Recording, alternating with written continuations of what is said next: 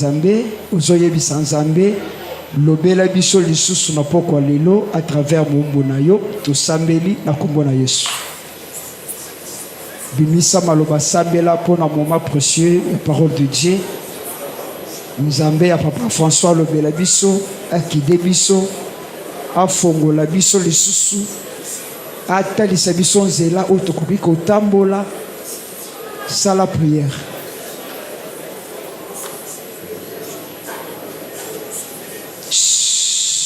Tant que tous les gens malobi papa ozo bakisa maboko makasi ozo bakisa kelelo.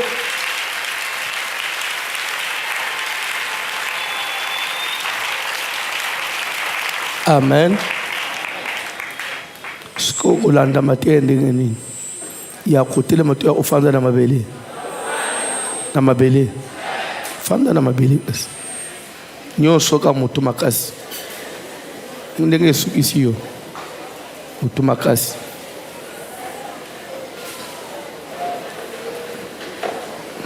nde umoko azoyebisanga ke lobi topesaki discipline ya service te makambo ya solo s'il vous plaît makambo ya solo pardon nazotuna bapesa ito bapesa ite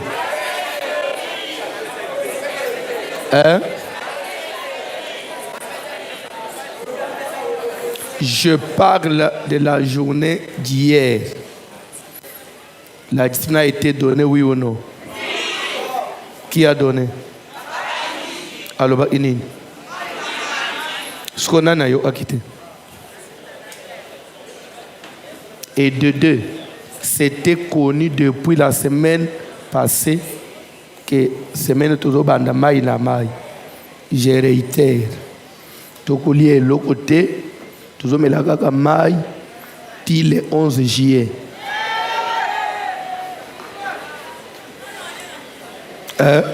Yo olia na pourquoi? Wana nani? Aobela. Aobela. Abela mutu.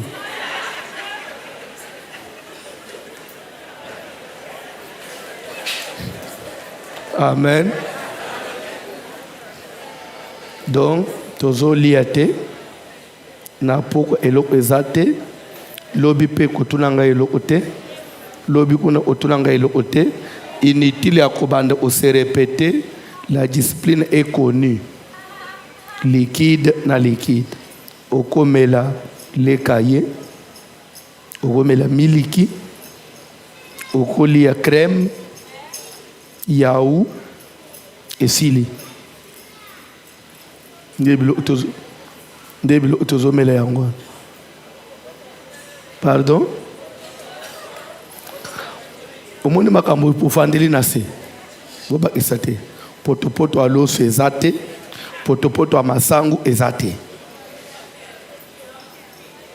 na bandeli kwakere mpe eza te kwakere te potopoto aloso te potopoto amasangu te komela na komela pardon quoi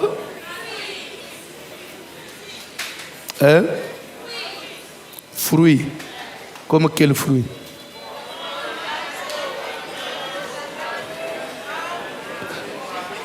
soko le mango tonjiti pai banane okotonda tokoki ko autoriser fruit oyo eza na jus na kati orange pamplemousse mandarine pardon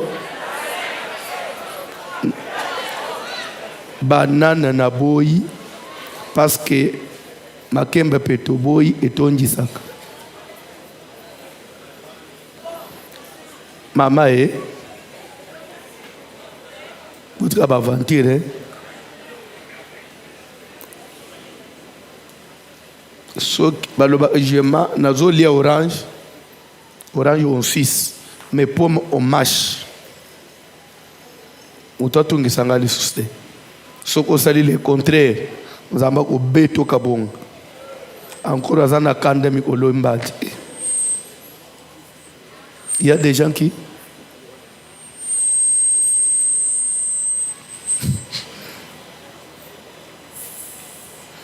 Papa John a lobby a autorisé Orange et Zana Batumusus a suicé à Orange Silici à l'Angina Bilo Nyoso a bouffé. Quelle méchanceté!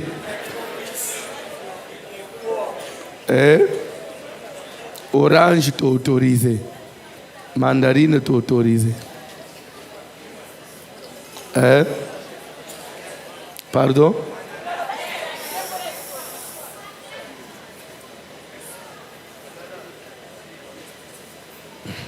D'abord, aux anagés, nos oli anana. Vous voulez qu'on l'estomac?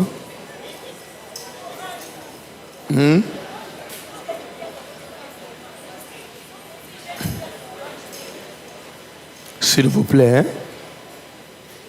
Service à Nabiso, tous hommes les liquides en liquide. Un point très. Tu as bilo oignon sur mokil. Et ça peut me balayer pour sauter. Vous avez un dérange maté.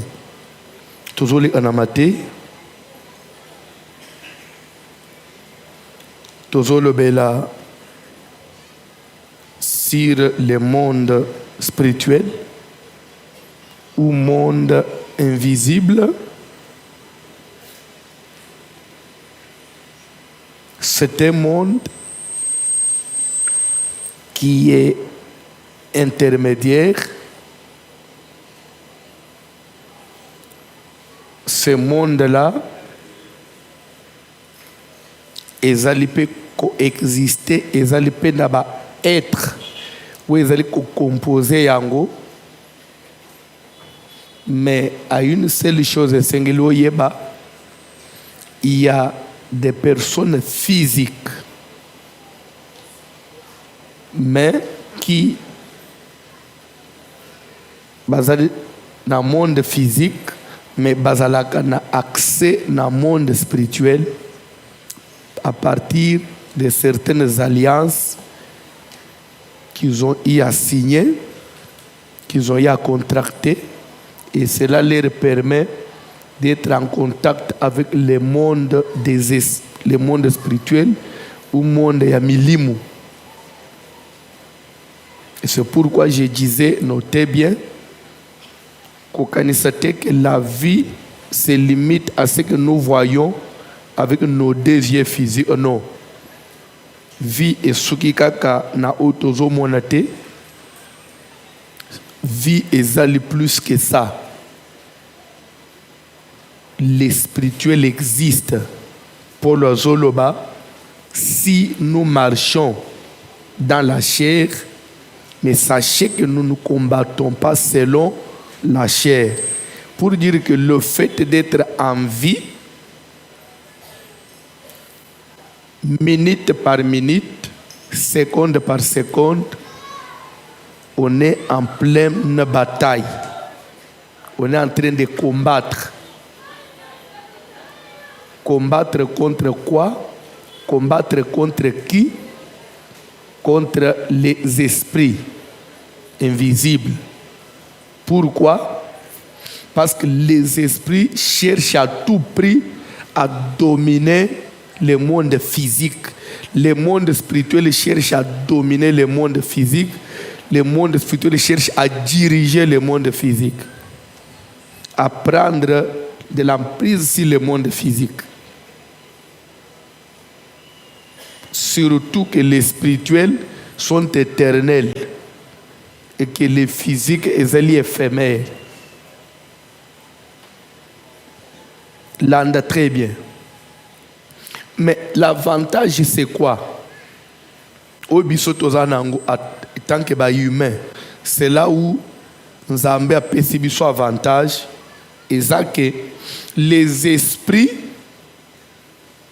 de par la loi du Créateur, les esprits ne sont pas autorisés à exercer sur la terre physique. Donc la terre est donnée à nous qui sommes physiques. Ils sont des photos assujetties à Mokili. Ils sont des photos dominées tout konzana Mokili. Et maintenant, comme les esprits ne savent pas que dominer totalement la scène à Mokili, ils cherchent maintenant à dominer sur la terre à travers l'homme. Ils possèdent l'homme, ils s'investissent dans l'homme, et maintenant, à partir du corps de l'homme, ils peuvent opérer légalement sur la terre. Et c'est pourquoi je donne cet enseignement pour l'enseigner. Sans ton accord, l'esprit ne peut pas travailler sur la terre. Et beaucoup de gens, à cause de l'ignorance, des fois Satan a et les gens pensent que physique, si la terre physique, le diable est plus fort que nous. Non. Dans physique, si la terre, les esprits ne sont pas plus forts que nous. Nous avons un petit exemple. Est-ce que vous avez et ça, le kola ngando. Ce qui est évité, ngando na kati na mai azama kasi koleka. Et ça difficile longaye. Mais ce qui est bimi, c'est l'ingando na mukili. Akomaka faible. N'habite ce qui est bien. Na mukili yo kubeta ngando kolonga yi. Mais na mai, parce que mai c'est son monde. Et ça l'imboka na ye. Yango yoka baplo même nadage où il pesa ngando boka sezani mai. Même chose aussi avec les esprits. Les esprits na mabele physique sans corps, les esprits sont faibles. Très faibles. Bako salo elote. Alors bas lukaka à tout prix bas sali lanzoto na yo. Bakota na kati na yo. Pour ba opérer na scène amour. Est-ce que jusqu'à là je me fais comprendre? Amen. Ce que vous comprendre, si tu as une question, tu peux poser. Est-ce qu'il y a quelqu'un qui a une question avant que j'avance? Une question, oui papa. Rapidement, vous pouvez poser votre question. Lève-toi. Micro. Au fond là-bas. Faites un peu vite, faites un peu vite.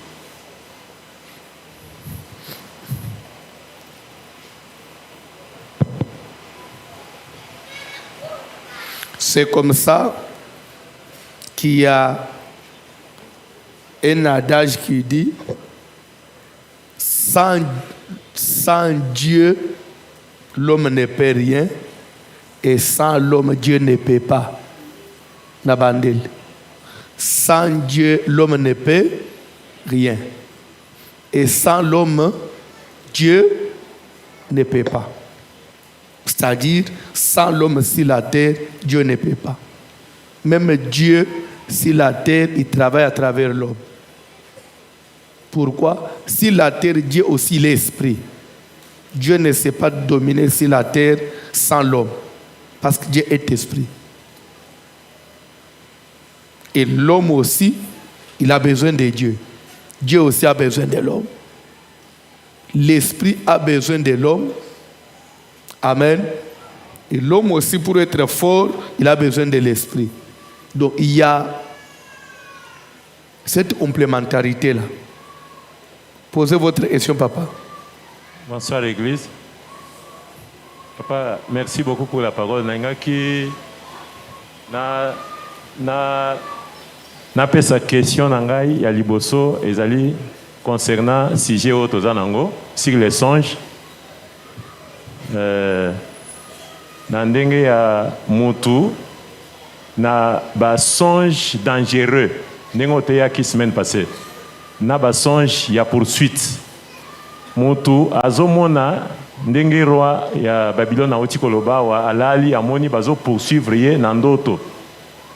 Bon, ba songe wana soki mutu azomona ngo bazo landa ye bikela mo ezo landa ye ezo changer forme. Par exemple, omoni soit banyama eza ba makambo tozo vivre nyama ezo landa mutu mutu azokima après moko songe wana esili ekati moto asutuki soit azo se rappeler te que alota ki bongo mais atikali sikoyo na palpitation.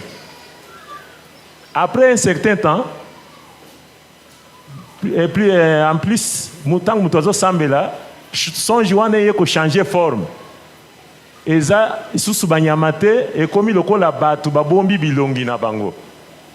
Mais tozo bois café degré au tozo bois que la feu na parce que eza na basonge mususu tango mususu ezali règlement de compte mutu asala likambo moko boye bon bazo poursuivre ye ezo senga soit à se repentir pasala ekir dame tozo yebate quels sont les types de prières ou bien service moko mutu akoki kosala po biloko wana et se répéter te question ya liboso yango wana question ya mibale ezali lié na sujet au Pesaki la fois passée sur la coutume et ses conséquences.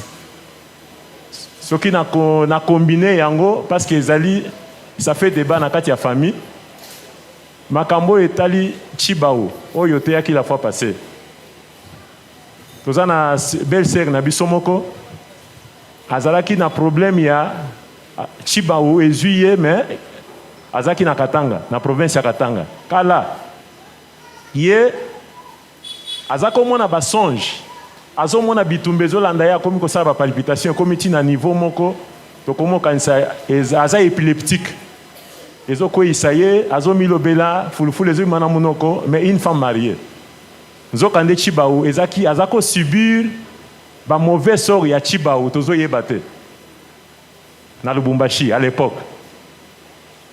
Nazo se rappeler na tangu ya les années 91 pardon. Les gens veulent que vous puissiez aller tout droit, soyez bref. Oui. Maintenant, votre question. Question nanga ezaboy. Question nanga ezali que conséquence ya chibao ezwaki ye. Tango ezuye sikoyo ekomi ko se manifester neti azo kweya par beaucoup de signes, oui.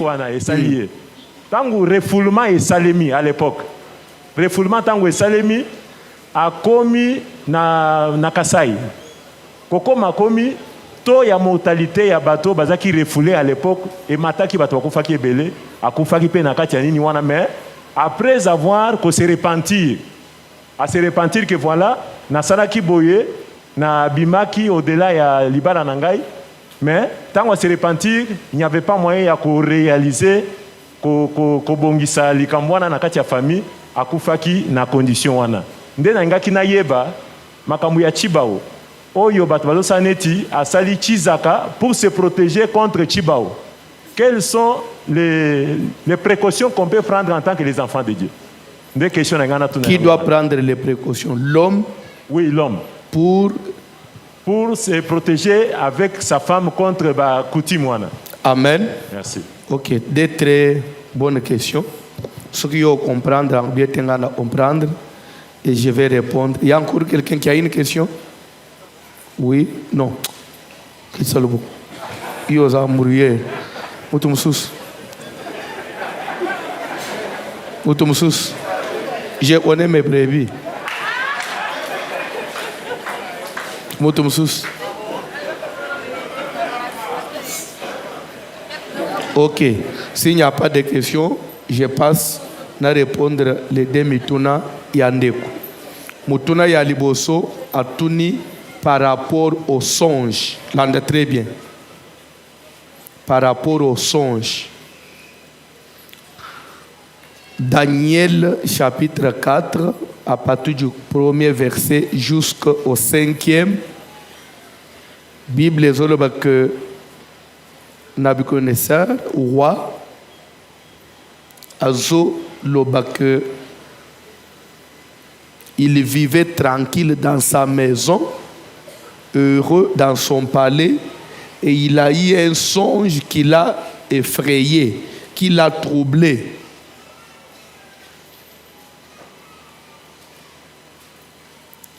Ce qui a l'ali azolota qu'il était poursuivi, pourchassé. Ce qui a situki ezandot. Alors et comment qui ko bangi ça y ko troublé. Ndende kwa lobby, il arrive aussi des fois moto akolota ndoto bazolanda ye mbango. Des fois bazolanda na banyama, des fois ils ont changé face ilungue banyama, des fois komi bato soit mais olamu inapongi obo sani que j'avais vu ça, mais dis-moi ozo centrer moi kobanga mo okati na yo on dirait vivre oppression mo, mais tu n'arrives pas à réaliser c'était quoi au juste.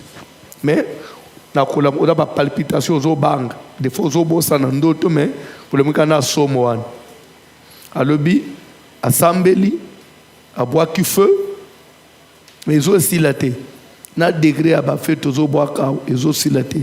Que faire que bando toi ne si la malamoko? Quels sont les jari à prière?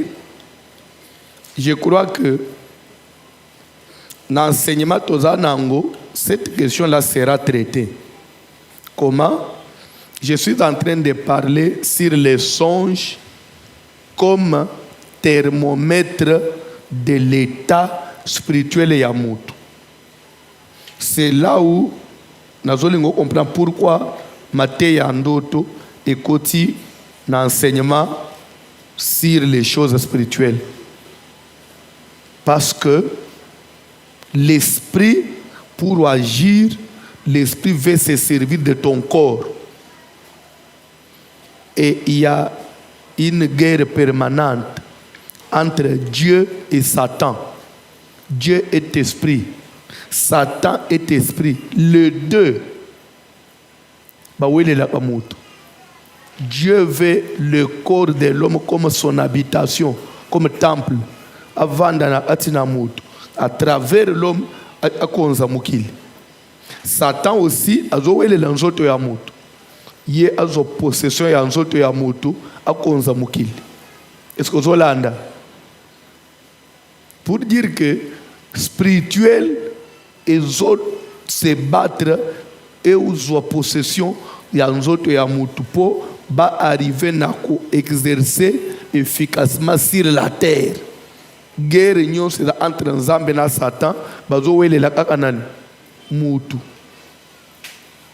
Ton corps là Nzambe linga avanda na kati. Satan bazo linga nzoto moko.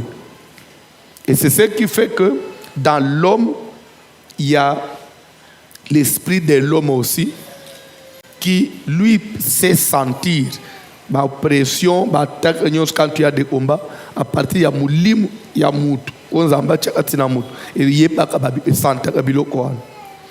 Les réseaux vivre ma pression, ma attaque, maintenant ça se et il y a comme ça m'a travers les songes, sur mutu alali, c'est pour il faut y à partir de bandoto, tu sais même réaliser niveau à combat aux anans avec les songes. À partir de yandoto mutu azame même a besoin de prophétie. À partir de bandoto na yo okoki oyeba so imikoloana oza beaucoup attaqué ou pas. À partir de ndoto koyeba so ili pambuli no eza pembeni ou pas. Okoyeba so ki ba prière no ezo simba ou pas. Ndoto c'est un élément incontournable na makambo etali combat spirituel. Faites très attention, les songes est un élément très essentiel pour moutoyer pour diriger même vie sur la terre. C'est pourquoi toloba ndoto ezala chrétienté. Ndoto etala rabatu basambela ate. Même ba païen ba lotak pe ezote pa nan bazolota ko ute pa nan Nzambe pona nini. Même le païen, Dieu a besoin de lui parce que l'homme est créé à l'image de Dieu. Mutu azali musala Nzamba sali. Ata boyi ko sambela ata ibinzambe te, mais ne pensez pas que Dieu est à l'aise. Puisque Nzamba sali, ezani to sali musala eloko na yo mais au perdre rango, uzala kana regret. C'est comme ça que au moins même lorsque mutu asumukaki akende imusika na Nzambe, Nzamba tikilo la ye okufa na mukili ka apo sauver mutu. De la même manière que Nzamba sauve yo nangai, abunda ape a sauver ba bazana no ba païen. Et c'est pourquoi même aux païens Dieu donne les songes. Ka apo ba so sola ba réaliser ba zongela Nzambe.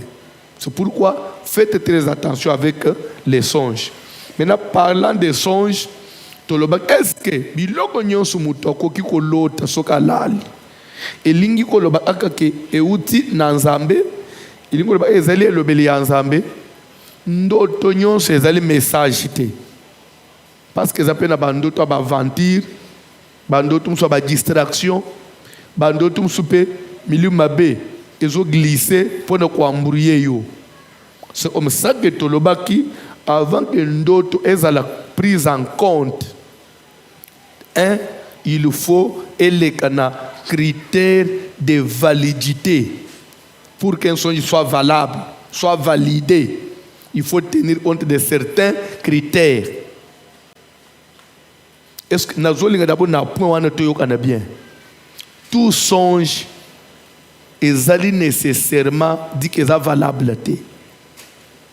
Parce que même Ecclésiaste dit, dans la multitude de pensées, naissent aussi les songes.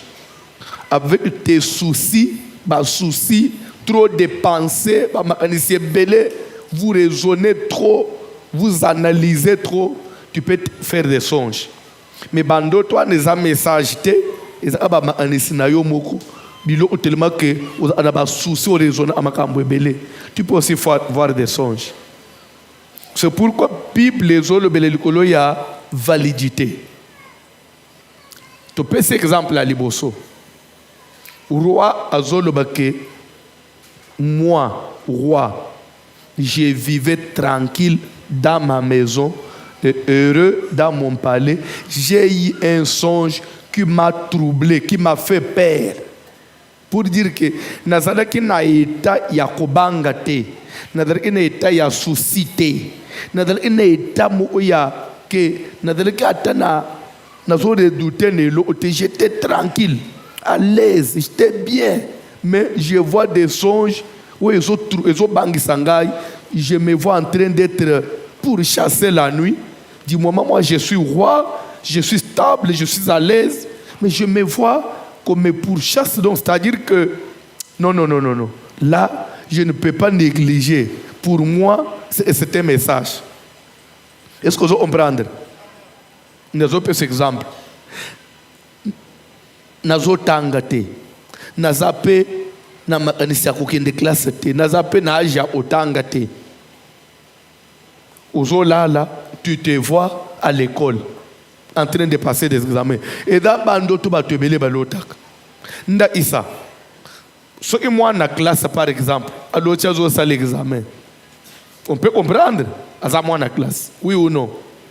Mais yo otanga kate. Examen matin à projeter. Mais du coup au lali au loti tu es dans une salle en train de passer des examens. C'est que déjà ils ont critères et à validité. Ngana tanga kate. Comment on a commis l'autre dans la classe? Est-ce que vous comprenez? Et de deux, classe peut classe ni. Des fois, je me vois en bleu-blanc. Nous avons imambangu, nous sommes en retard, nous avons la porte à l'école, nous avons en retard. Nous sommes tous en la classe, nous avons papier examen, nous avons au salle boye, baravir papier. Ou soit j'ai passé un examen qui est difficile, ça me chauffe la tête. Je n'ai pas de réponse. Je raisonne à bout de donc ma canisse belle pas surtout qui une d'autre. Non, c'est déjà un problème. Ces songes-là, je ne peux pas les négliger.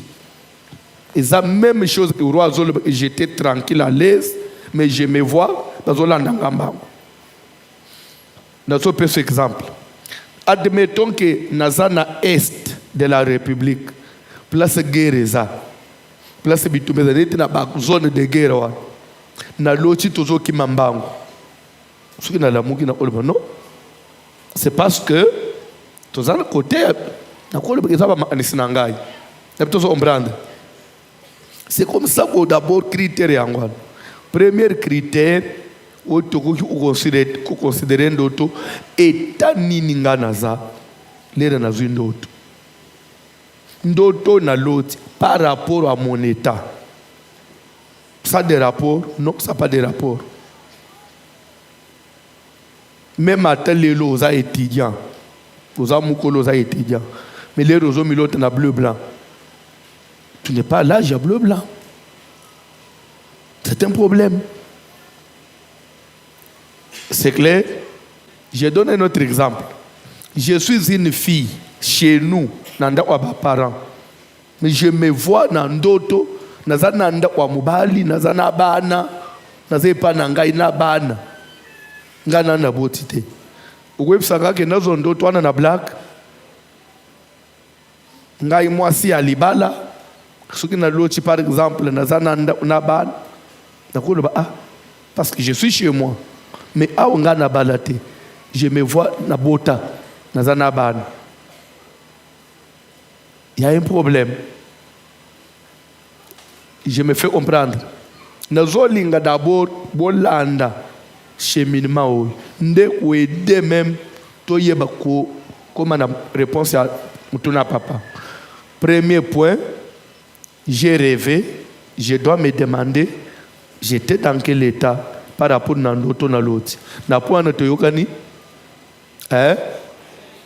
na olinga on peut me réfléchir. Après ça, un exemple, il y a un état, il y a un autre qu'on peut considérer. Mais je me vois en bleu blanc. Déjà, je peux considérer ça. Vous comprendre? Je ne suis pas marié, mais je me vois avec des enfants.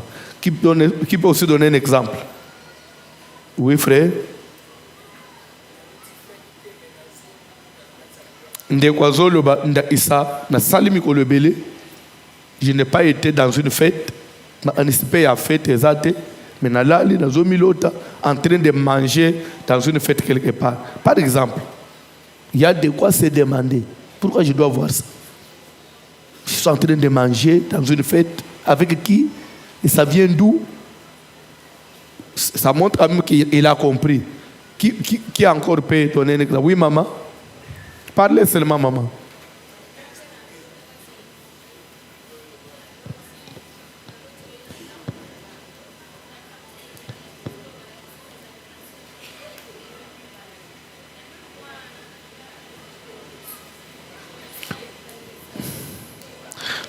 Maman Zolbe qui a l'otaka, pasteur aye nanda unaye, du moment où tu imagines qu'il y a un côté, tu avais quel problème?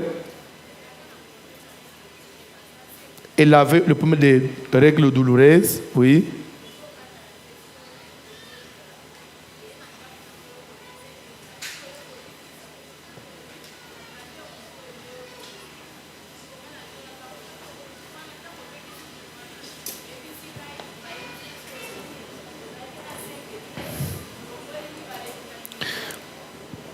Nazolinga, mutolo belangando tu ya lotate.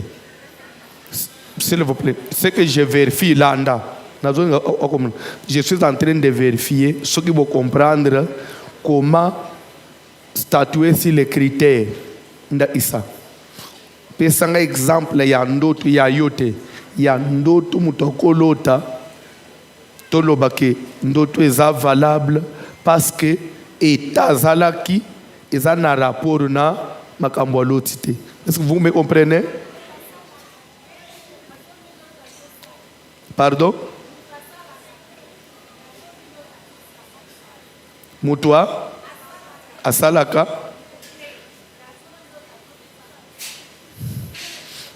Nana Fanda tika ko déranger c'est. Non, elle est malade, vous devez comprendre. Nana Koloba, oui c'est.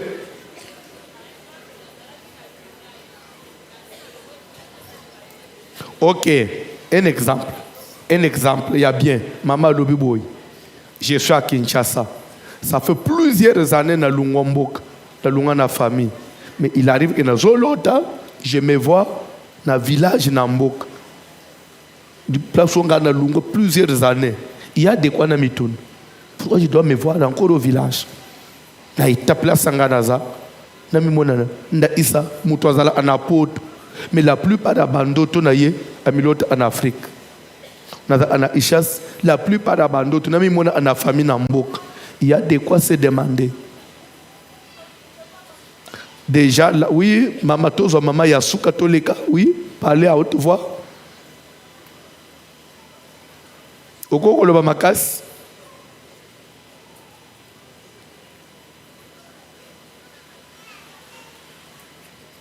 Bozo yokaye. Alobini. Ok. Par exemple, Azolo Tanabutu, Ozobo Olabanya. Du moment chez toi, vous attendez là-bas en boîte, ni la baninité, mais par exemple, il y a des fois se demander quel rapport y a-t-il entre Vinangai et Obo Olabanya. C'est que là, Dieu veut me communiquer un message. One premier critère de validité. Deuxième critère de validité, lorsque les songes se répètent plusieurs fois. Les songes se répètent plusieurs fois. Ça fait plus de 4 fois. On a ça la classe. On a ça l'examen. Ça fait plus de 3-4 fois. On a Mbok.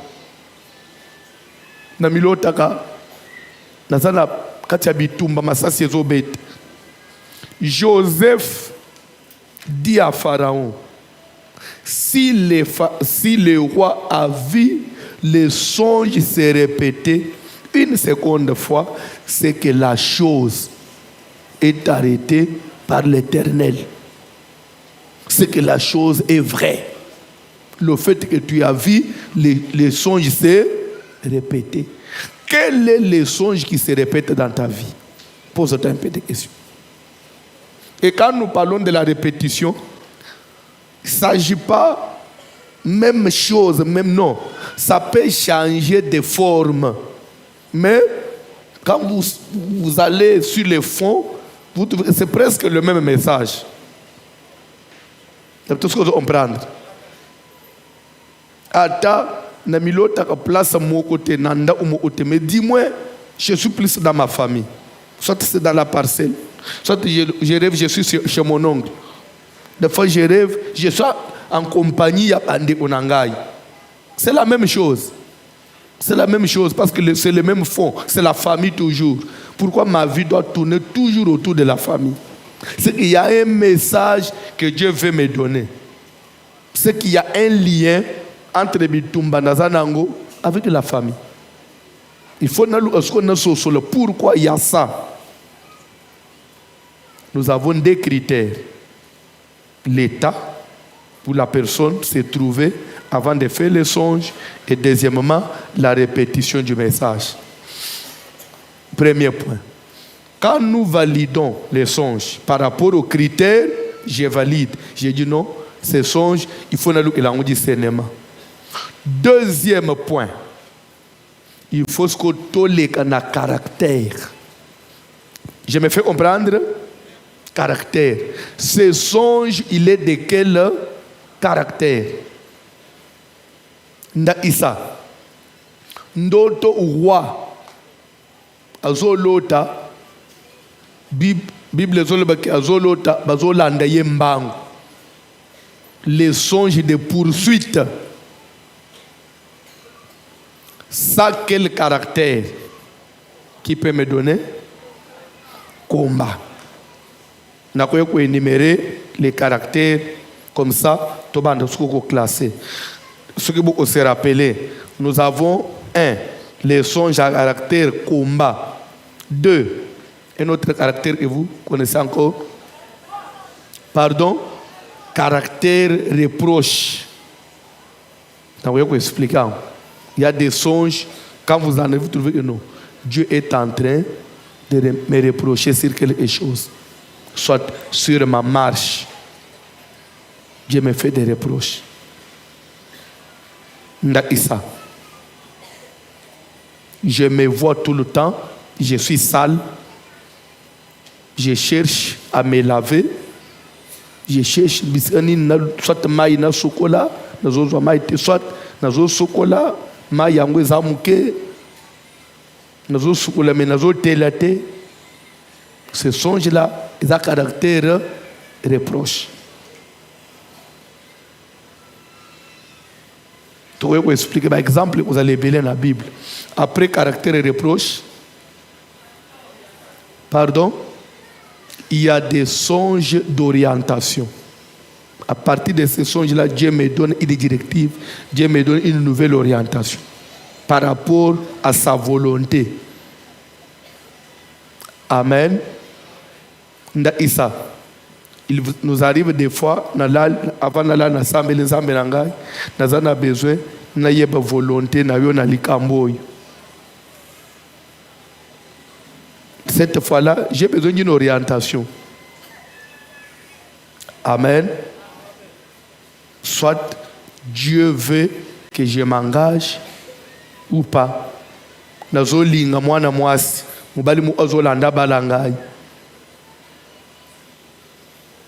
Nalali nazolota tosuto balani na ye, comme par exemple msuna pesaka sera zolota basiba balani na mwana mubali wana baza ensemble mais ndako bafanji to atire zate ezaka ba mira pa bilo onyonso anda eza mais ndako eza couverte moya osakana te ya vanji suko na ndako na zotoka chalet unda kwangu ya ndenge nino asutuka boye ndoto mubali abengiye na moyi bébé andimika bapesa biloko alibala. Dieu n'avait-il pas parlé? Après on va souffrir. Il y a des songes à caractère orientation. Un autre caractère, j'ai déjà enseigné, c'est un autre caractère. Boubosani, des songes à caractère rétrograde. Je vais vous expliquer. Un autre caractère. Pardon? Un autre caractère. Moussous a 1000 étoiles. Oui, Moussous. Ils sont en église, même les gens en classe. Vous avez échoué. Ils sont évangélisés. Il a une église. Mais au Colonga, Satan a dit il a besoin d'enseigner aux hommes à l'été. Il a besoin d'enseigner. Parce que le Satan a banga en avis à c'est la connaissance. Mon peuple périt faute. Quand on a la connaissance, on ne va pas mourir. Donc, bref, on ne finit pas avec les caractères aux jeunes. Aux ongles, on a ôté. Tu termines en ce question, il y a papa. Notre à poursuite, c'est des songes dangereux. C'est des songes de menaces. Le caractère dans le combat. Le caractère, c'est le combat. Donc, même si j'ai besoin de discerner, attends à cause du discernement, n'y sauté. Mais le caractère suffit. Le caractère suffit. Ce qu'on y habite, Joseph a discerné, pas seulement par le Saint-Esprit, mais Joseph a été formé depuis sa famille.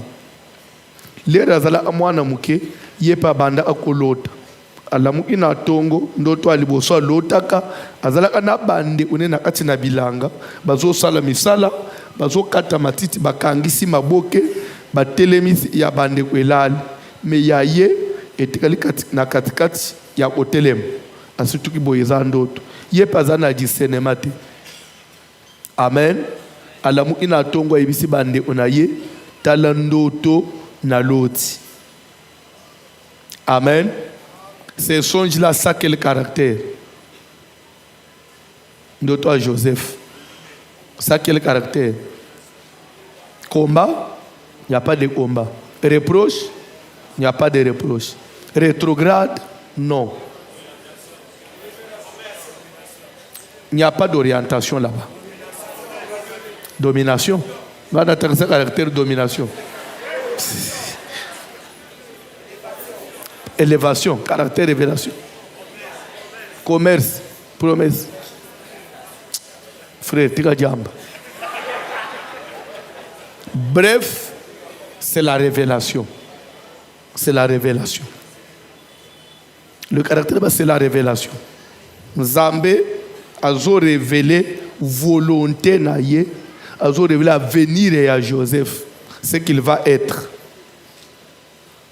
Et dans la bataille, nous s'exposa. Nous avons alobelo makambo mususu. Oui, c'est que nous au bomba dans mon thème. Parce que ce que Joseph faisait enseigner, il fallait bomba de toi. Parce que batoko yebis, ba osepelena yote, Yo tombe mabang batikala nase. Il y a d'autres révélations que Dieu nous donne. Et ça pone akako oyeba que vina yo okosa na nangote. Vina yo lobi okoza atele lozo souffrir mais liko le bato kozala mutu apasi. Dieu a des promesses, il y a bien projet a bien likolo na yo bombela yo. Il y a des songes à caractère de révélation. Maintenant, l'air Joseph a bêti, qu'est-ce que tu veux dire par là? Tu nous gouverneras, toi tu vas régner sur nous, et le Kélé tombe. Dis-moi, aider. Ah bon? Donc, si on a l'autre, tu vas le baboui. Nde bilo e sungaka ye. Alors, tu as yami balé. Bande on est interpréter pour dire que yepe na ye bandeli ana poma interprétation na sima scolaire ke ko comme na prison ba tout suba omiko lota yepe omiko sala nini ko interpréter uniquement avec le caractère on peut avoir le sens du songe. Les songes on n'est pas censé ko bande ko analyser bilo onyos na loti nzungu elingi olobanini na loti nzete non. Ne fils que même ce qui n'a pas d'interprétation, je dois seulement comprendre le caractère. Nda isa, naza mukolo, na milotaka, nete naza mwana muke, comme j'ai parlé, bandoto ya bana classe.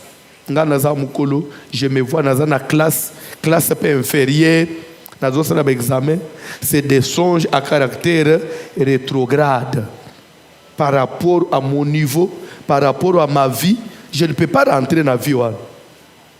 Mais pourquoi je dois me voir donc net vie en arrière par rapport à ce que je suis en train de voir? C'est que spirituellement, ma vie a été rétrogradée. Ce que je suis, ce n'est pas ce que j'étais censé être. Donc, même si je ne peux pas analyser toutes les images, mais du moins, j'ai le fond, j'ai l'essentiel. Ma vie est rétrogradée. Que faire? Je dois maintenant combattre pour rattraper ce retard-là. Et belé abattoir, l'autre abandonne-toi caractère rétrograde. Ce qu'on évite. Et belé abattoir, bazana vie rétrogradée. Maintenant, j'ai eu le caractère, d'abord validité. J'ai compris les caractères.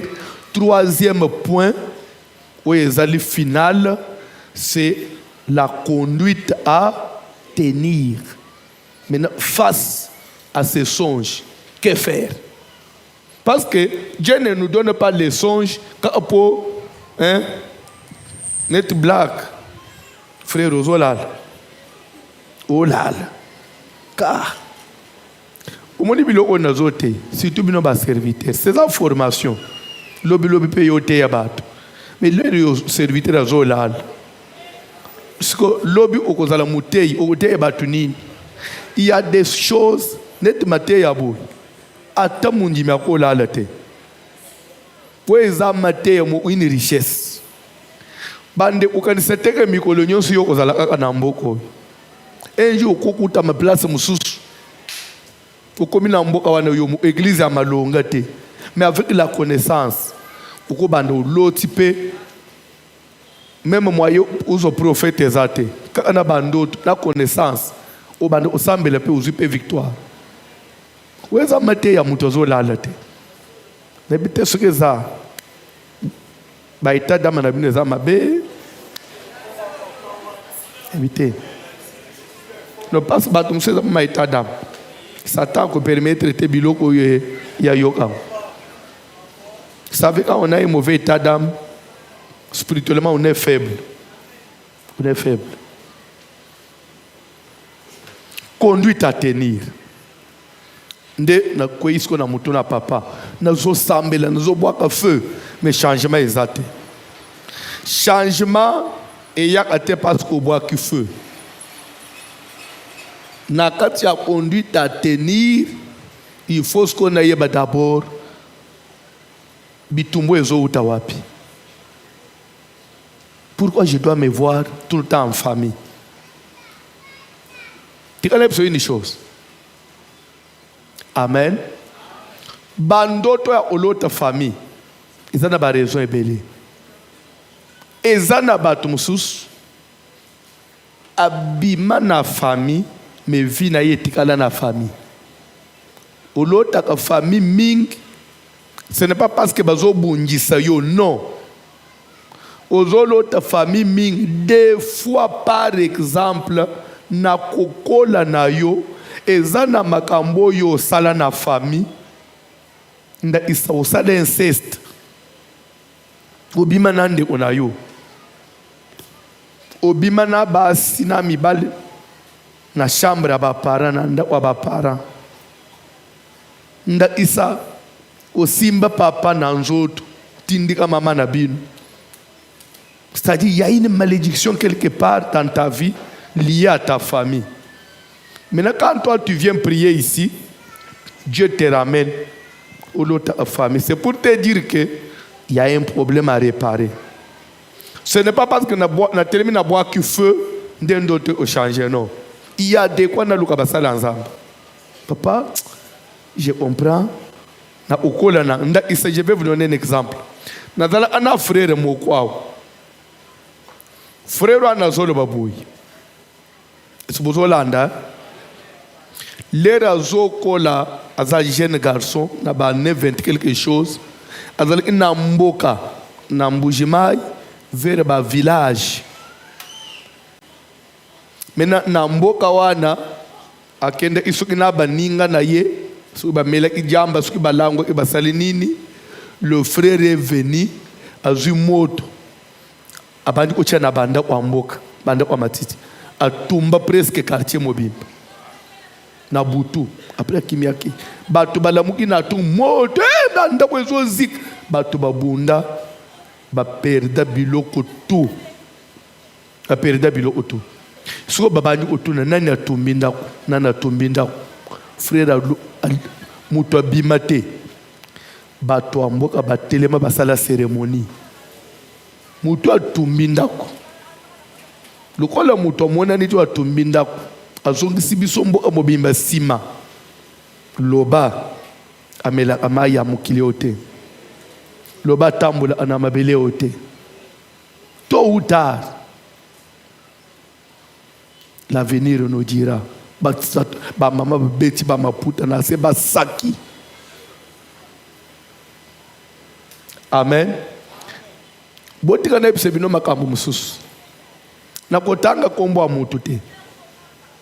Mena opesa ba exemple ezana bilo mususu batu basalaka batu bomona kangu simple oyebi ezana musicien moko j'ai oublié son nom kaka na ba makambo ba politique awo asala asuki nzembo mo usuke sala kanini na mboka basi babima babeta ba maputa na se yoko yemba bongo te boy na boy eleka 3 ans te mission na kufa peut-être yemo obosana il y a des choses au mona bato lete na mboka kolinga bato balobelo maloba te okomi kolinga nani wana yemba nini na koloba ngwa wote mais ce que vous raisonnez muke okomona kada ba changement ya ba régime na mboka batu babima baloba yo lobo za mwana na biso te koma yo kende ko yemba ontrende ko na biso total asa kufa. Mais est-ce que après makambo wana aluka ki ko gende na mboka ko réparer na batwa comme dans la vie je m'en fous ngana ibili kamte na yembi na sanso anate. C'est-à-dire afunguli breche mongo ya black te. Et ça même batu mususu ndenga tolobaka. On ne trouble pas l'église. Ba trouble l'église te. On ndenga tofanja. Soke ba ye yo. Kusepeli susu kosambela te. Soit uluzu église muso moni spécial o le kabiso. Kanga bisaka kende. Mais faut bande otambulo saboter église. Au continent internet, on va dire qu'on finit l'église, on va dire qu'on va dire n'importe quoi. Au sala yango bimi star lelo, mais 5 ans ils a ebeli. tu verras que Bible il est vrai que scandale est là, mais mawana muto scandalise abato. Ça c'est la parole de Dieu. Okokota mabele ma soeur. Okende libalo luki mabote mona na ate. Okokanga bandoki ami pepe. Bref, le frère là, batuba sakina mboka. Alubi je m'en fous. Nado yenge abu mwana mke. Atambola kenda bala basi. Akobala mwasi bafandi 3 ans. Mwasi akimi. Aboti te 5 ans. Mwasi akimi. Tina zote ndabi melanga yao. Papa, je ne pouvais pas encore raisonner cette histoire. Na tumba kaba, na zikisaka banda kwa mboka. Pato wa mboka baloba kama loba. Lero zote na mone zongeli ngai. Awa nazokende déjà plus de 50 ans. Nazana mwana te. Mais na tumba kabanda kwa nambo na 23 ans, 24 ans. Moi signos na obal. Tu vends 3 ans, 5 ans, tu boti te. Soga akei 3 mois après na moni na zem. Soga tinga akei 5 mois après akomi na zem. Ti na basi komi ozolinga moi c'est yo balubi obota kate. Parce que omi ko boya ngai. Il y a des causes. Ndenga papa uchiko lobake. Bando tumseza ba réclamer des comptes. Uzana ba makambu na bato. Uzana nyongwa mutu. Mutu otelonda kwanganga. Azo poursuivre pona nyongo na ye. Ozola lozolota bazo poursuivre yo. Ce qu'il y a et le homo ezolando quelque part. Ce n'est pas parce qu'au bois qui feu d'un autre style, non. Il faut réparer. Il faut réparer. Et dans la songe pour une solution, il faut mettre en cure d'âme.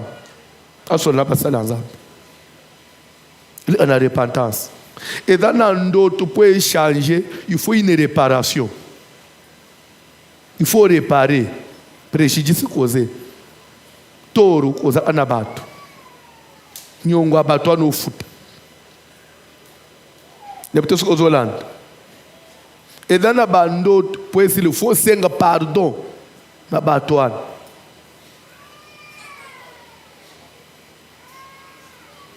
Et même délivrance, toujours local. Et dans la bande, on a délivrance. On a changé l'église au lembi. Tant que tu n'as pas fait ce qu'il faut faire.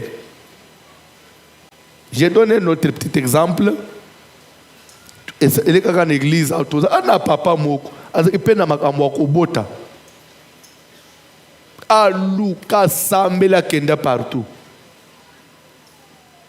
Quand on a osambela, prophétesse mo ya aspirante, c'est que na tout prophète confirmé te. Toujours prier na veiller na butu. Moi non na le billet toujours sambela tout une kaka.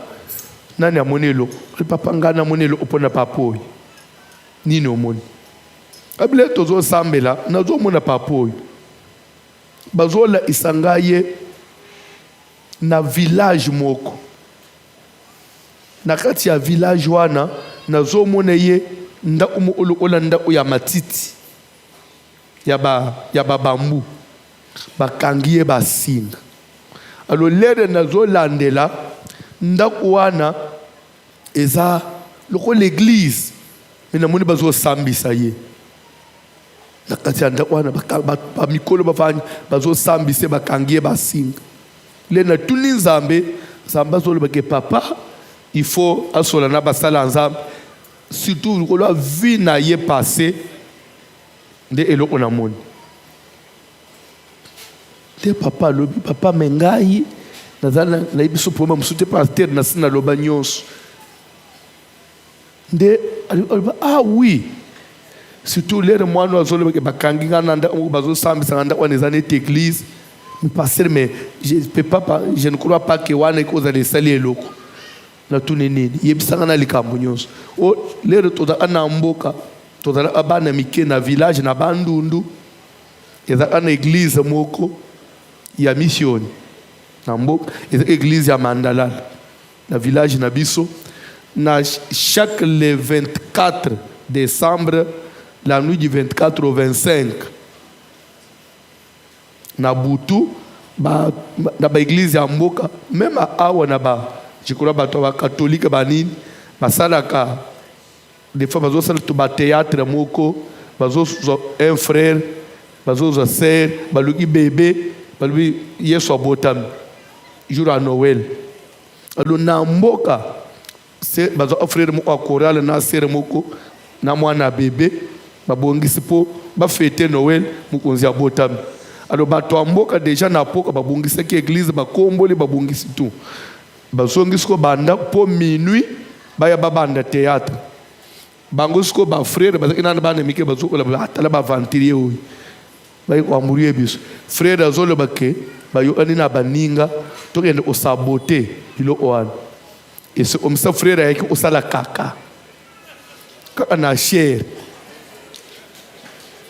atiki tala koli donc batuna naki nanazana nanaza après osala kaka ya lubinga nazana donc yenda yide kiba na cher wana atiki koli talaka na mbo courant ezala atena molili ba 23h quelque chose bato ba pelisi ba mindat bazo yaskopo kilite banda bayuki solo batale liboso bamoni mopiko nana kosala likambo abu église to sito komboli côté ya chere pe so lere bazo tunana bango ba jeno na bazo seka bazui bazo chola bango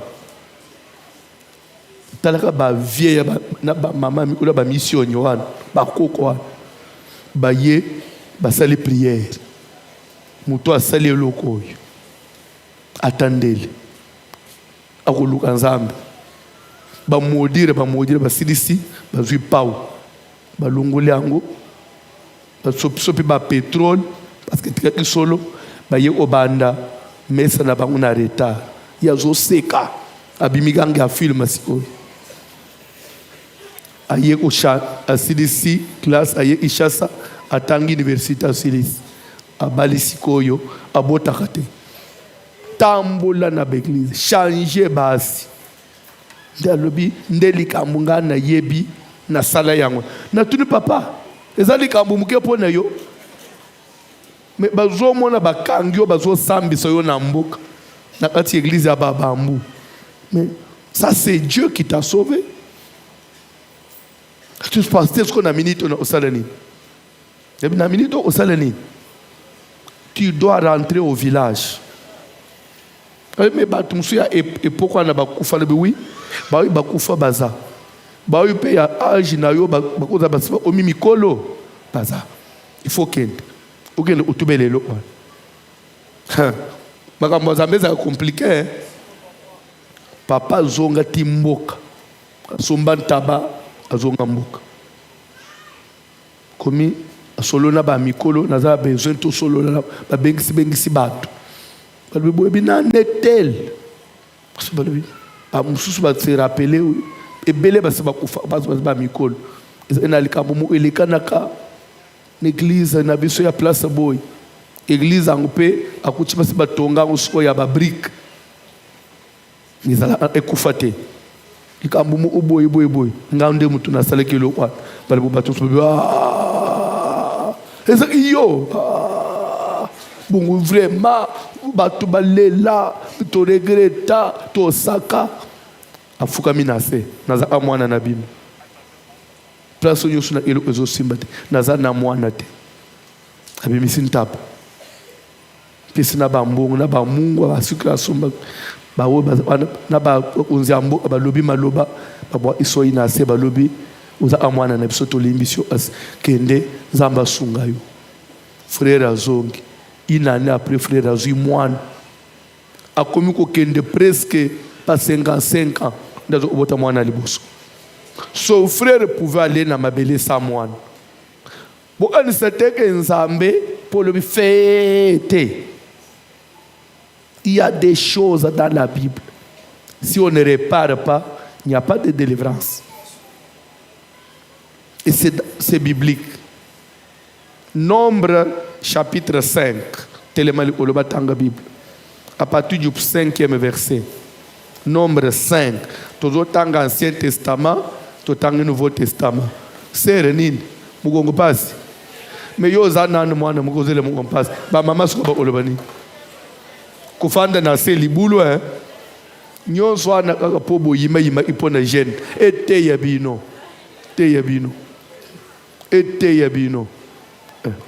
nga mutu na pesi bino etumbu te euti na nzambe nga nalungu lango nazwa problème nom de Jésus papa Dieu tangela la parole du Seigneur.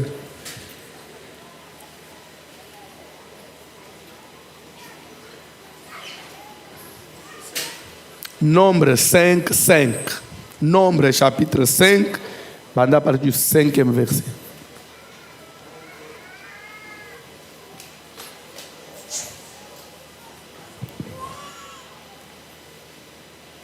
Rapidement.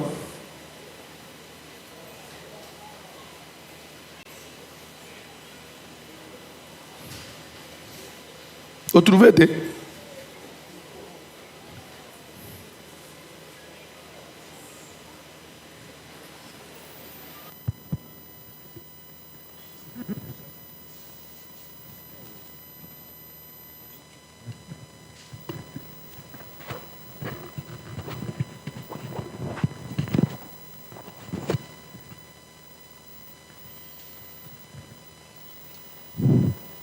Nombre chapitre 5, verset 5, nous lisons au nom de Jésus de Nazareth. L'Éternel parla à Moïse et dit: parle aux enfants d'Israël.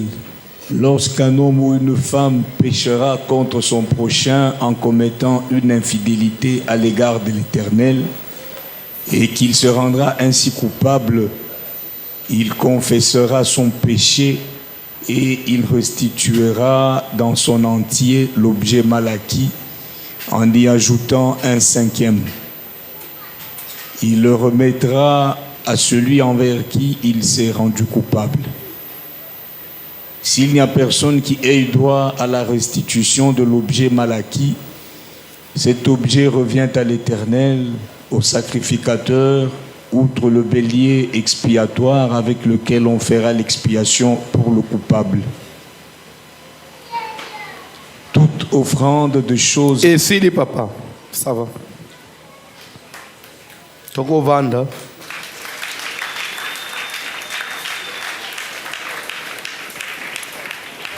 Okoki ko bandela siko na interprété. L'Éternel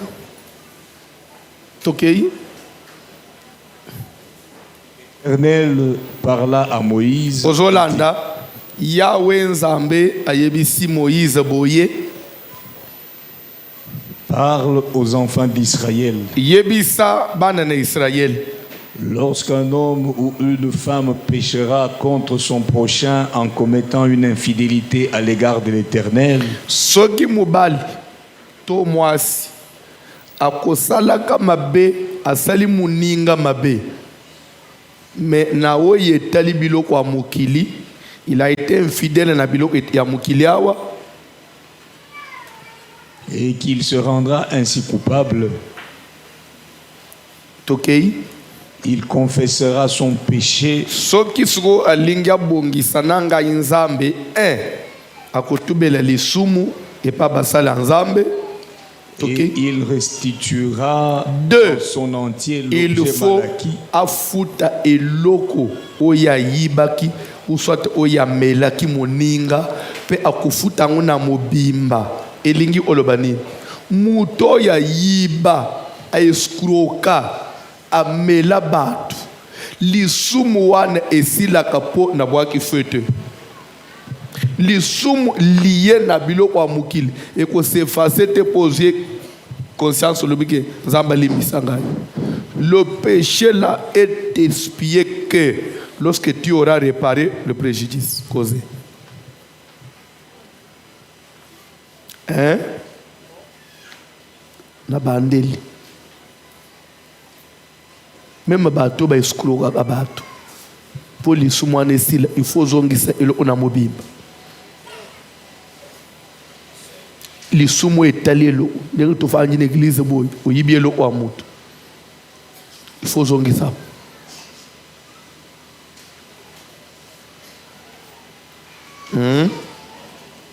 même bato oyo badetourna mbongo ya leta lisumu wana po esili fo ozongisa mbongo ya leta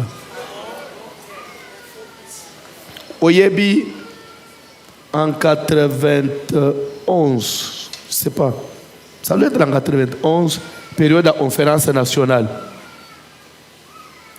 période oyo le fait Etienne Tshisekedi abima premier ministre ezanelo omoko commission moko bakreaka au BEMA office des biens mal acquis. Tous ceux qui avaient détourné les biens de l'État, ils venaient retourner. Alobaki, bon misong c'est le binomoko avant Ghana Banda, avant justice et salamusal. Dans 2 jours, parler du peuple tonda kana ba mitu kana bilo. Bato bazo ozong snap to bozo se rappeler. Bato bazo ozong sabango moko. 2-3 jours après, Mobutu a limogé ye. Père Longolier. Les mêmes personnes bazongi bazu subilo anga bakimi nangoli sus. Pour dire que soki tata wane na epoka wane atikalaka milimbo o makambo ebele échange. Donc yo sumu nande batangi kombono na justice te. Fuye na 4 minutes kozongisa. Bato be ozongisa mamikanda mapango o nda ona fanda ya leta na détourna. Pour dire que Congo est Kobonga. Congo est Kobonga. Il suffit seulement sérieux. Un bien mal acquis reste bien mal acquis. Ezala ya l'État, ezala ya mutu, un bien mal acquis reste bien mal acquis. Wana okomana skolobike, wana Ancien Testament, bon Nouveau Testament. Luc 19e chapitre, à partir du 1er verset. Luc 19, rapidement. Il y a des péchés. Oh, il peut ici, là, il faut réparer. Donc, et papa. Jésus étant entré dans Jéricho, Yesu asili kokota na Jéricho, to betele suma bo na mama mo azolala. Donc, et papa. Jésus étant entré dans Jéricho, traversait la ville. Et voici un homme riche appelé Zachée, chef des publicains, cherchait à voir qui était Jésus. Mais il ne pouvait y parvenir à cause de la foule, car il était de petite taille. Il courut en avant et monta sur un sycomore pour le voir, parce qu'il devait passer par là. Lorsque Jésus fut arrivé à cet endroit, il leva les yeux et lui dit: Zachée, hâte-toi de descendre, car il faut que je demeure aujourd'hui dans ta maison. Zachée se hâta de descendre et le reçut avec joie. Voyant cela, tous murmuraient et disaient: il est allé loger chez un homme pécheur. Mais Zachée, se tenant devant le Seigneur, lui dit: voici, Seigneur, je donne aux pauvres la moitié de mes biens.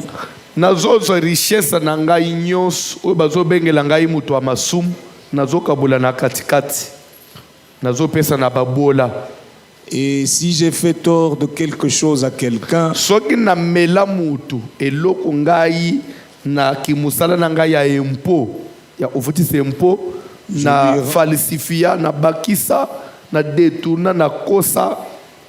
Je lui rends le quadruple.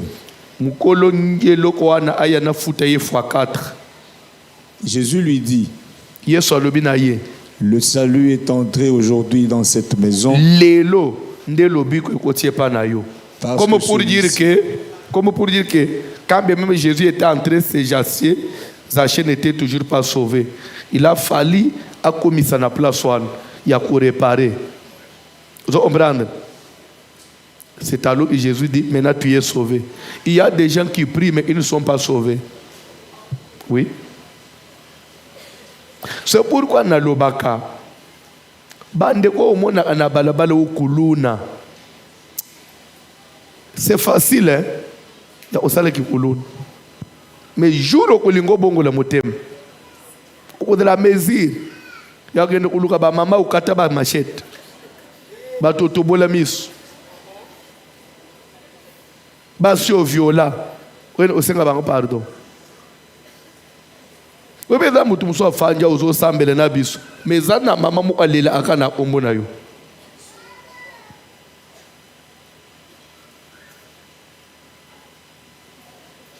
Okweisa boutique abato, okweisa pharmacie abato. Ba pesa o gestion ya boutique, o vida ngo. O kimi oyena alembele mo yo luka délivrance. Uzo boa au feu. Feu uzo boa ngo wapi? Bref, il n'y a pas de solution s'il n'y a pas de réparation. Bandoto musu peut échanger, il faut réparer.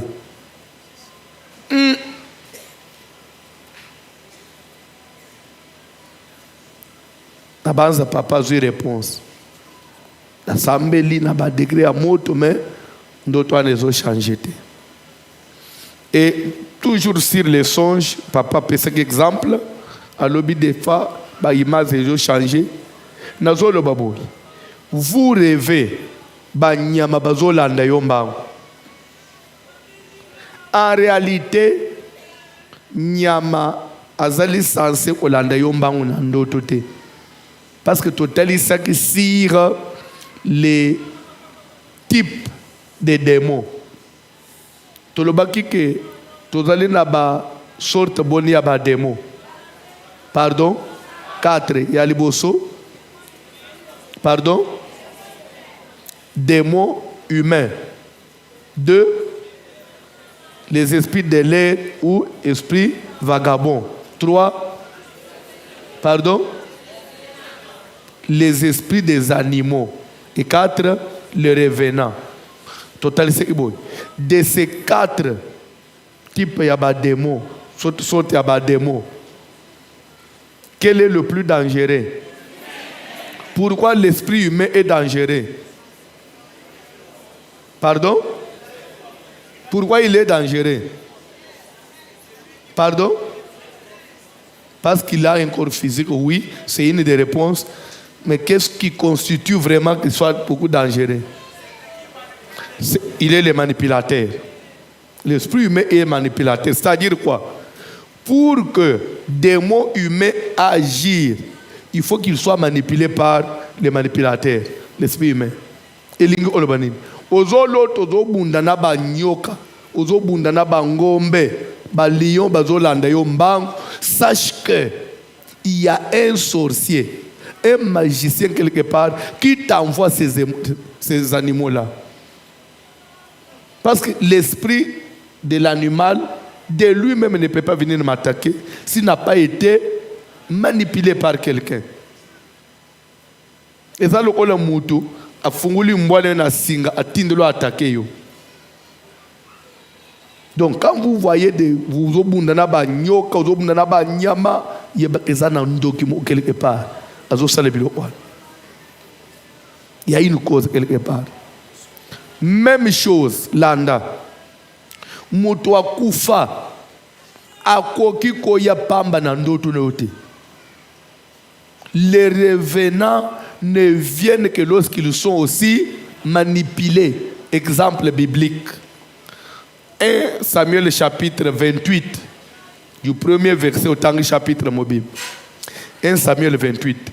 Saül azokende na ndako ya mandona azoyebisa mandona prédis-moi l'avenir en interrogeant les morts yebisa ngai lobi na ngai me na kotulaka bato bakufa mandona tuniye mutu nini akufa olingi to interroger alobi tunela ngai Samuel mandona yeba de quel Samuel il s'agissait lera lobi ka Samuel o azali na lien nande oya mata mbalam mwana zomona le prophète Samuel qui monte mbalam mwana ba oza Saoul abipona nini mutona zomona je vois un Dieu qui monte de la terre il est couvert d'un manteau c'est un vieillard Samuel a dit oui c'est lui Saoul a dit c'est lui que je cherche abia c'est tu es le roi obo mangabite ko bangate matisa agespe yebisangai vous allez comprendre que les revenants là les Daniel les Samuel qui étaient morts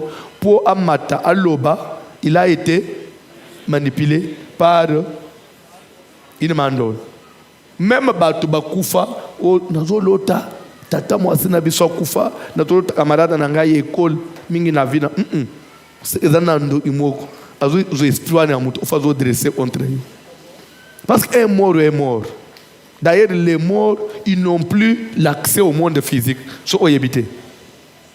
L'esprit ne peut pas revenir agir sur la terre parce que Dieu a mis une barrière.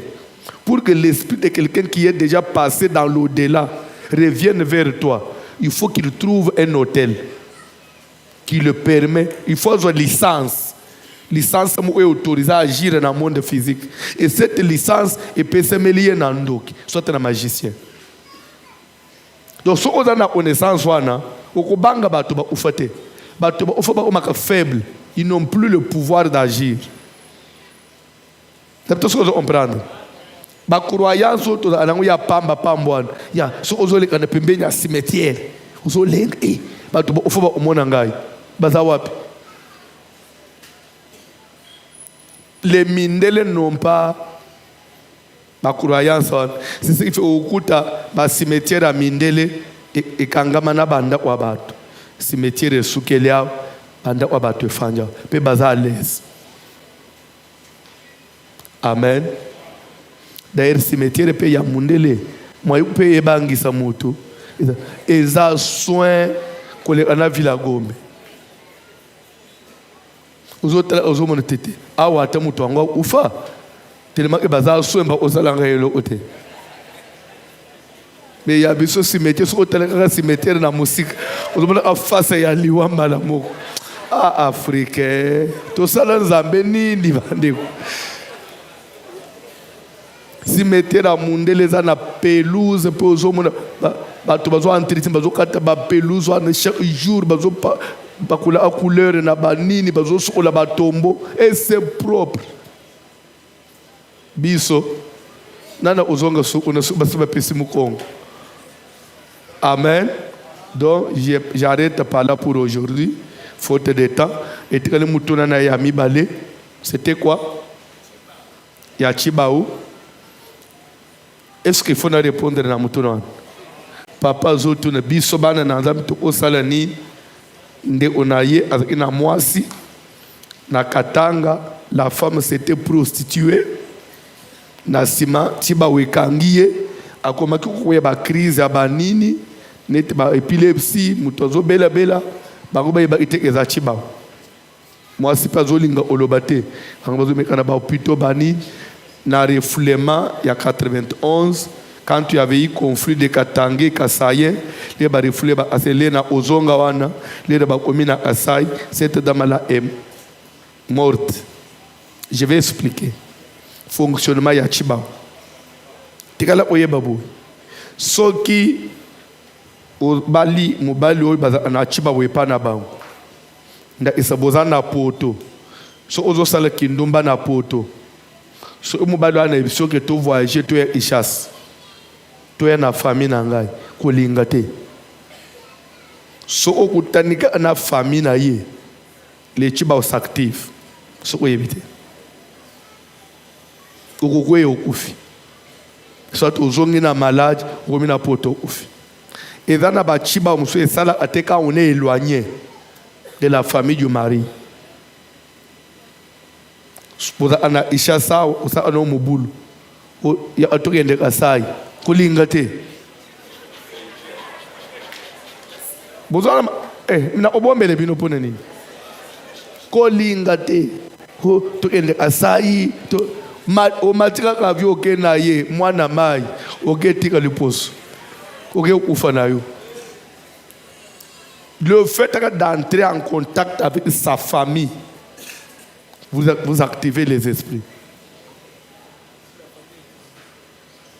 Amen. Si la famille, les milliers, plus on est trop éloigné, na lié et alliance, ça devient faible. Ata bodra ana famille awa na chiba baza na ngweza kasai so boza plus na pote boza plus loin quand vous venez vous tenez na ba famille awa na isha ça mais ce que na chose ça le kindumba omona ke lokote boke kasai oke ko uf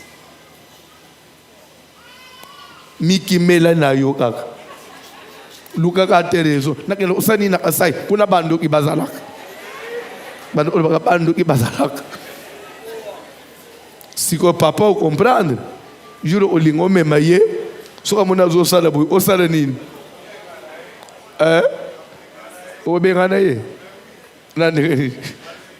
na teki déjà carte il fallait pas na teka carte maman n'a trahir donc bref cette dame là ne pouvait pas rentrer au Kassai c'est comme ça elle est morte. C'est ça, les chiba waji comme ça. De deux, ceux qui ont la awana ishas, ou se prostituent, ou ça anomabe. Ceux qui ba parents, ya mobali no balingi ba ya na ishas, ou ya mbabango na anda unayo, les chiba ou s'active. Ceux qui ba koti na anda unayo, lambeli bang paf. Ok. Est-ce que vous comprenez? Bref, cette dame-là était morte parce que bazongaki. Donc, Chibaou n'accepte pas quand tu marches mal ou comme plus en contact dans la famille à Mobali.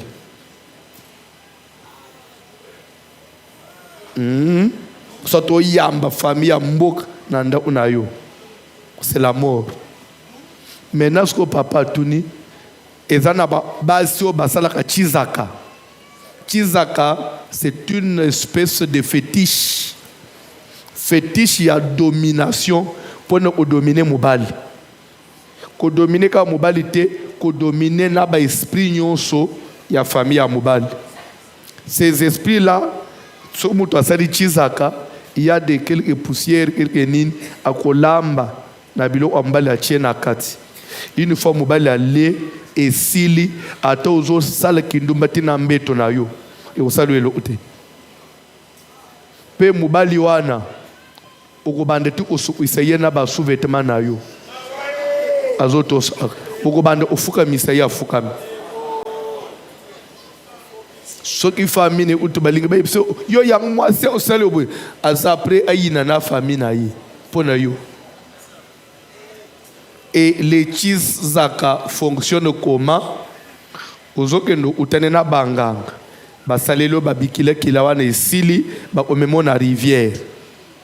Niti na kalam, niti na fleuve, niti na mai andili. Place où bato bazate na mwa zamba mais liboso mai. Après nganga akosala quelques incantations, nganga soit ko s'éloigner.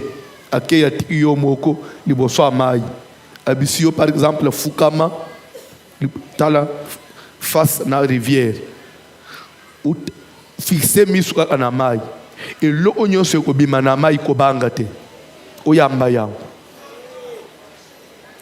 o ko tala ufuka mika aboy pa crocodile azu ya likolo mai liboso na yo yamba ye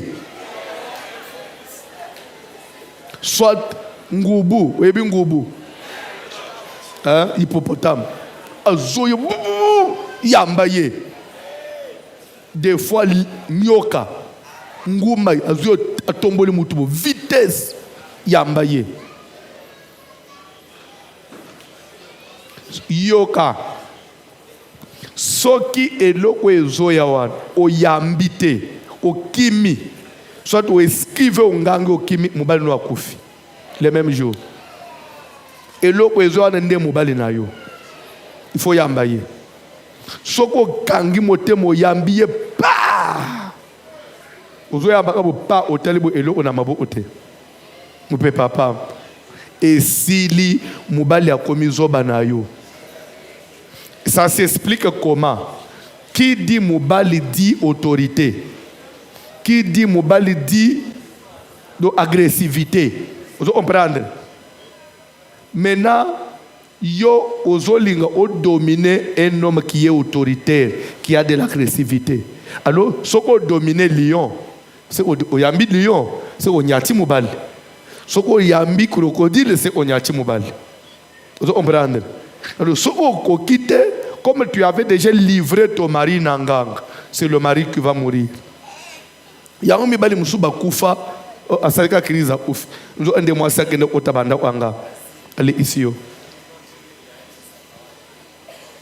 Alors, ba préparer à moi aussi. Avant de le faire, salam akasi. Na baninga basi bado mezo baki. Ukokoka. Na kokoka. Ngai fona nyata mobali nangai.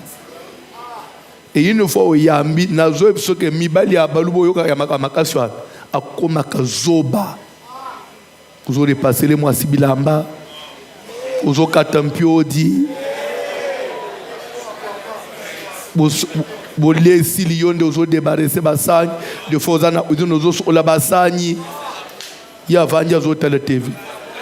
Et dans la kabong, yelanga mai. Oui madame, oyena mai au pesier. Zela ozongi sakop ozeli. Bilo wana ça existe tilelo. Alors soko so salibongo ozo sala kindumba chibawe osalate. Ata ya kangio na mobali na mbeto. Muna sabilo onyino ozo sala. Tika ko esila fanje na yi. Ozo sala boy pone nini vraiment na linga ayo mingi. Musuza zo seka uta musuba siba salo chiza ufaja. Ozo basi salo chiza ufanje na bitwa ozo seka. Tandenge ba komisa yo yum. Nde ozo mona mobali na mwasi na ville mbali nda simbika mwasaka ya mama na mwana na lipeka simbeli na mama saka na mwana ngo na zandwa mama za leza zotambo au nom de Jésus. So papa tuni basi bazo sala bongo pasteur biso sko ba frère to sala nini to se protéger contre bilo on to sala nini la prière. Quand tu as Dieu, tu pries Dieu sérieusement. Et aussi mbate. Au sala bilo on yemo on la ouf. Yemo on la ouf. Dieu est plus que Satan. Nguyana Zambeli, Nguyana Kindoki. Il n'y a pas une autre formule au Kosala pour se protéger. Le cœur de l'homme, mutoye bien les ensemble. Au moins ni obali mwasi, okomelele mbondote. Motema ya mu. Même mubali na yo.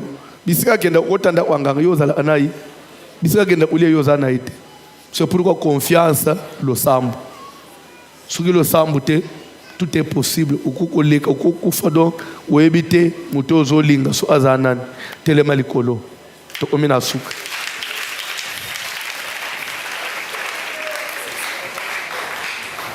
Donc boyeba ateke biloko wana ezalaka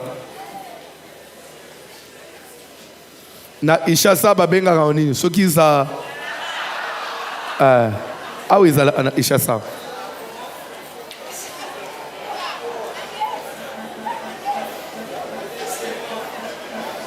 na ishasawa des fois moi si akokamata moi salité na ye acholo na bilo agoli soit basi mswazo kamata makila règle acholo na bilo agoli esila nyatio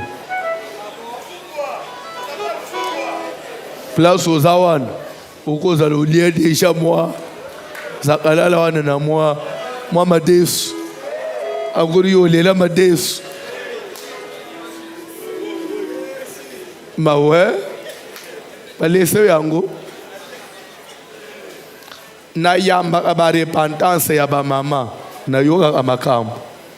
On n'est pas permis de tout dévoiler. Quand on a ba maman ba fanya l'église. Bilo obasala mibali. Ba maman on ba fanya l'église. Et belé bilo obasala mibali ba maman monya. Bozo sek mais c'est sérieux. Muto asambelaka. Muto azo baka yebi nzambe. Il fait ça. OK lola te. Okomona nzambe.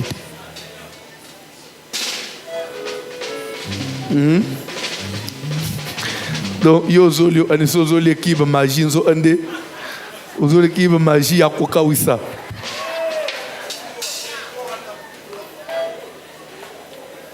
akamata salite na ya kawisa so azolamba zo amwandambo afino ole kiba magie wana ozoli madeso kitoko boy mbwengi o elengi boy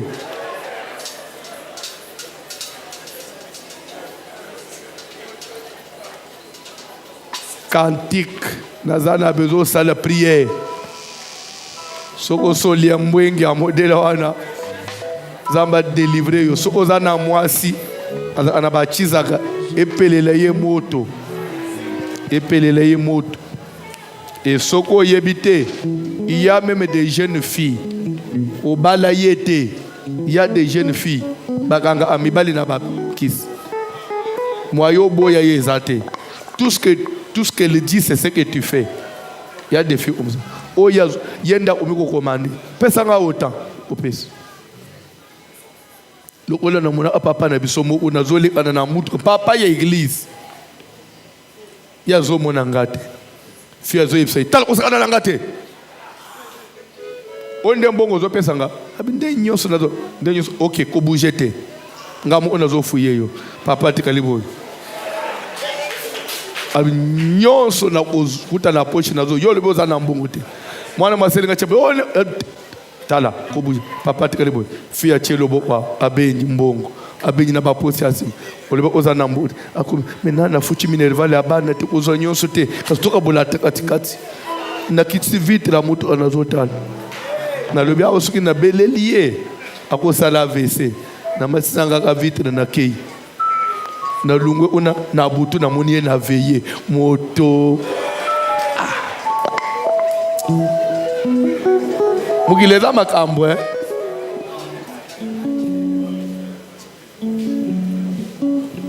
heureusement lelo ayete mais lobi dimanche avec une église pera bulingina le sibine un jour avec osala AVC cantique s'il vous plaît to yemba muke to prier to détruire ba bizaka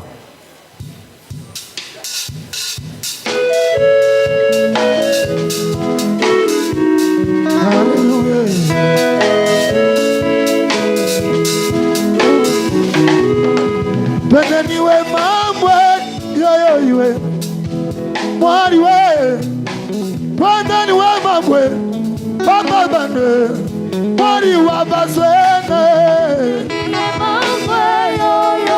Papa ya mwari we yo waje yo sabi wani we yo Yesu bajelu babwake papa yo mwari we Beneniwe mamwe yo iwe mwari wa basene Beneniwe mamwe yo Beneniwe mamwe Yesu bajelu babwake babwaniwe mwari we bajelu babwake sabianiwe mwari wa basene Hallelujah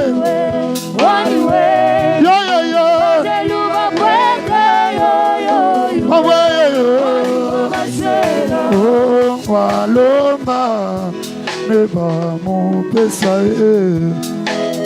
wakokola neba mozolila dijinga die jawikale mumyoyo yetu nzambi netutambe benalukuna konsuwe papa wi ya lelo wiya tusoma neba wakana wiya lelo wiya tusoma Yesu wiya leluwe wiya ye Yesu wiya leluwe wiya leluwe Papa wiya lelo wiya tusome wakana wiya lelo wiya tusome Yesu wiya leluwe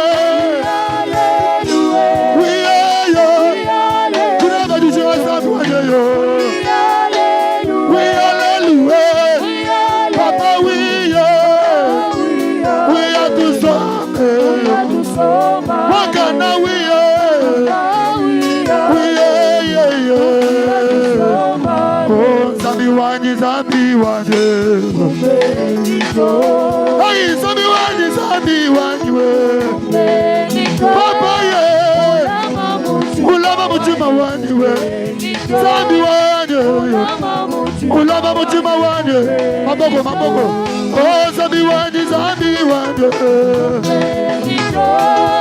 Zambi wanye Zambi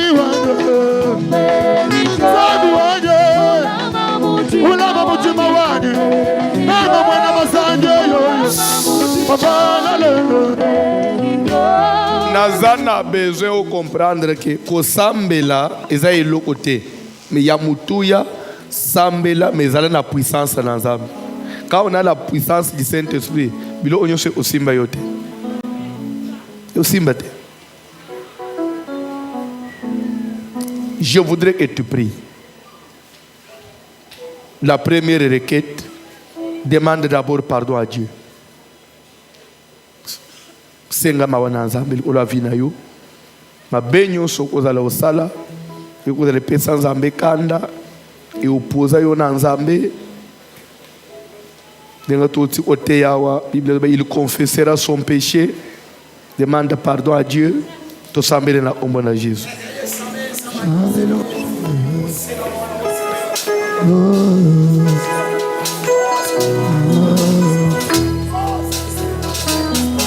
Yesu diku pala kwebe ya nebu kolewa ino mamu chima mwipe umwa chishale o masia umwa chishale o masia umwa chishale dindo ba Yesu dindo mamu chima mwipe umwa chishale o masia umwa chishale mama ye umwa chishale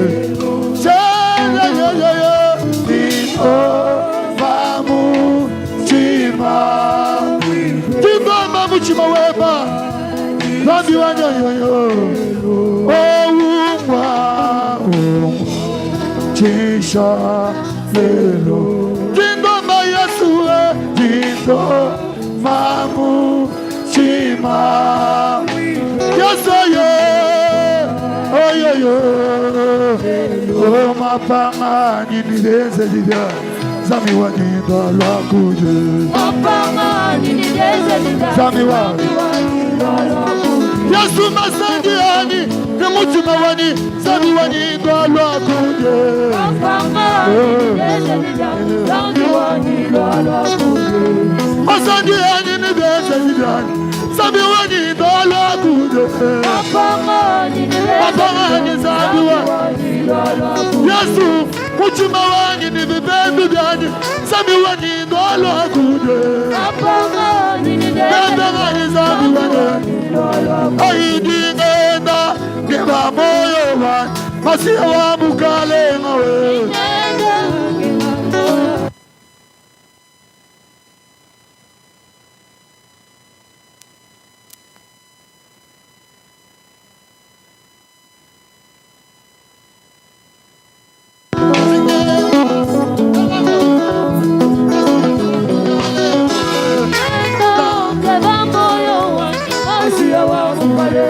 Tinenda keba moyo wa Masia wa mukalenge Nendo keba moyo wa Masia wa mukalenge